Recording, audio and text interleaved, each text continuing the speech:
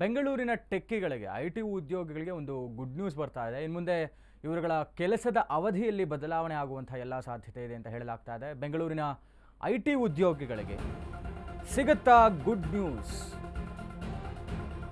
ಇನ್ನು ಮುಂದೆ ಬದಲಾಗುತ್ತಾ ಟೆಕ್ಕಿಗಳ ಕೆಲಸದ ಅವಧಿ? ವಾರದಲ್ಲಿ 2 ದಿನ ವರ್ಕ್ ಫ್ರಮ್ ಹೋಮ್ಗೆ ಗ್ರೀನ್ ಸಿಗ್ನಲ್ ಸಿಗ್ತಾ ಇದೆ.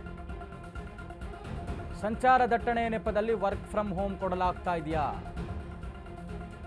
ಟ್ರಾಫಿಕ್ ಸಮಸ್ಯೆ ನಿಯಂತ್ರಣಕ್ಕೆ ಪರ್ಯಾಯ ವ್ಯವಸ್ಥೆಗೆ ಮುಂದಾಗ್ತಾ ಇದ್ದಾರಾ ಅನ್ನುವಂಥ ಒಂದು ಚರ್ಚೆ ಆಗ್ತಾ ಇದೆ.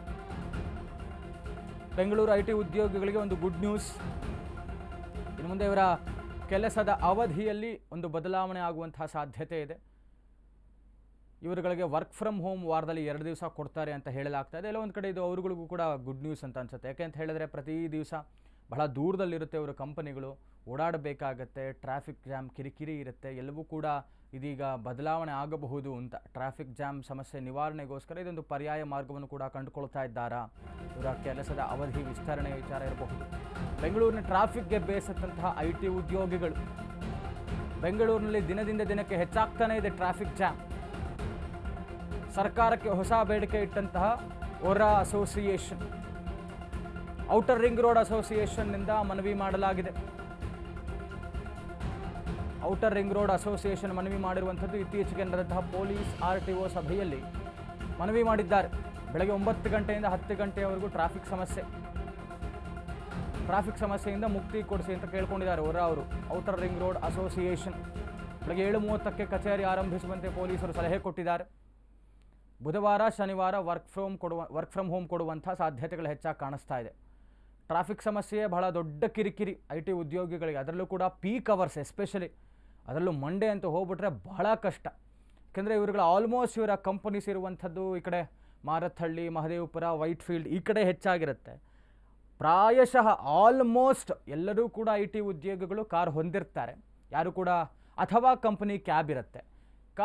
ಕಾರ್ ಅಥವಾ ಕಂಪನಿ ಕ್ಯಾಬ್ ಯಾವುದೇ ಆದರೂ ಕೂಡ ಟ್ರಾಫಿಕ್ ಕಿರಿಕಿರಿ ಇದ್ದಂಥದ್ದೇ. ಅದರಲ್ಲೂ ಪೀಕ್ ಅವರ್ಸ್ನಲ್ಲಿ ಬಹಳ ಕಷ್ಟ ಅಂತ ಹೇಳಿ ಔಟರ್ ರಿಂಗ್ ರೋಡ್ ಅಸೋಸಿಯೇಷನ್ನವರು ಪೊಲೀಸರಿಗೆ, RTO ಅಧಿಕಾರಿಗಳಿಗೆ ಮನವಿಯನ್ನು ಮಾಡಿದ್ರಂತೆ. ಹೀಗಾಗಿ ಎಲ್ಲೋ ಒಂದು ಕಡೆ ಇವರುಗಳಿಗೆ ಈ ಒಂದು ಮನವಿಗೆ ಸ್ಪಂದಿಸ್ತಾ ಇದ್ದಾರೆ. ವರ್ಕ್ ಫ್ರಮ್ ಹೋಮ್ 2 ದಿನ ಕೊಟ್ಟರೆ ಟ್ರಾಫಿಕ್ ಸಮಸ್ಯೆಯನ್ನು ಬಗೆಹರಿಸಬಹುದು ಅಂತ ಹೇಳಲಾಗ್ತಾ ಇದೆ. ಔಟರ್ ರಿಂಗ್ ರೋಡ್ ಕಾಮಗಾರಿಯನ್ನು ಬೇಗ ಪೂರ್ಣಗೊಳಿಸಿ ಅಂತ ಕೇಳ್ಕೊಂಡಿದ್ದಾರೆ. ಅವರ ಬೇಡಿಕೆಗಳು, ಔಟರ್ ರಿಂಗ್ ರೋಡ್ ಅಸೋಸಿಯೇಷನ್ ಅವರ ಬೇಡಿಕೆ ಇರುವಂಥದ್ದು ಪ್ರಮುಖ ಜಂಕ್ಷನ್ಗಳಲ್ಲಿ ನಿರ್ದಿಷ್ಟ ಬಸ್ ನಿಲ್ದಾಣವನ್ನು ಸ್ಥಾಪಿಸಿ ಅಂತ ಕೂಡ ಕೇಳ್ಕೊಂಡಿದ್ದಾರೆ. ORR ಪ್ರದೇಶಗಳಿಗೆ BMTC ಬಸ್ಗಳ ಸೇವೆಯನ್ನು ವಿಸ್ತರಿಸಿ, ಐಟಿ ಉದ್ಯೋಗಿಗಳಿಗಾಗಿ ಹೆಚ್ಚು AC ಬಸ್ಗಳ ವ್ಯವಸ್ಥೆ ಮಾಡಿ ಅಂತ ಕೂಡ ಕೇಳ್ಕೊಂಡಿದ್ದಾರೆ.